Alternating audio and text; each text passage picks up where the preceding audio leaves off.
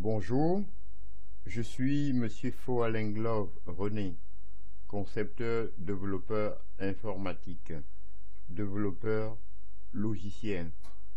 Aujourd'hui, nous allons continuer avec la sourate Al-Fatiha, troisième partie.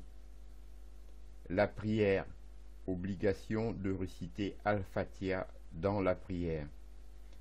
Après s'être orienté vers la Mecque, la Qibla, l'Oron dit Allahu Akbar, Allah est plus grand que tous les autres, et commence debout la récitation de la Fatiha en langue arabe, en louant Allah et en exprimant son désir de chercher refuge auprès d'Allah contre le diable.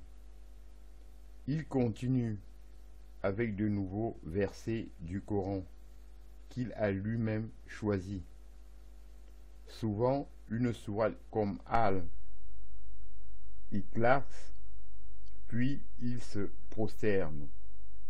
Le front doit toucher le sol et termine la prière par la salutation islamique. As-salam alaikum, adressé selon la foi musulmane à deux anges assis à sa droite et à sa gauche.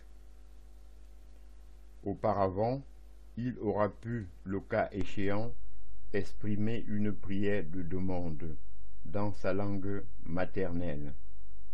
En raison d'un hadith qui affirme que la prière de quiconque ne récite pas la sourate Al-Fatiha est invalide.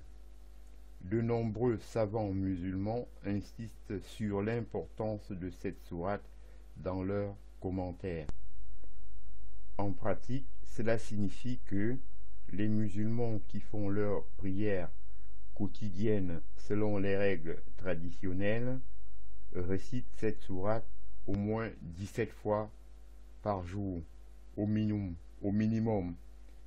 Si on ne compte que 5 obligations, 2 pour la prière du matin, 4 pour celle du midi, 4 pour l'après-midi, 3 pour celle après le coucher de soleil, et enfin 4 pour celle du soir.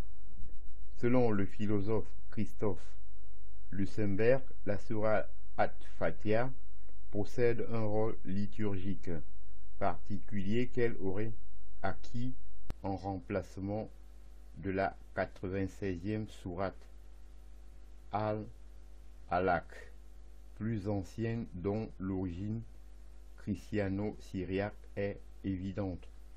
Ainsi, j'en ai terminé avec cette troisième partie, la prière, obligation de réciter Al-Fatiha dans la prière. Je vous remercie.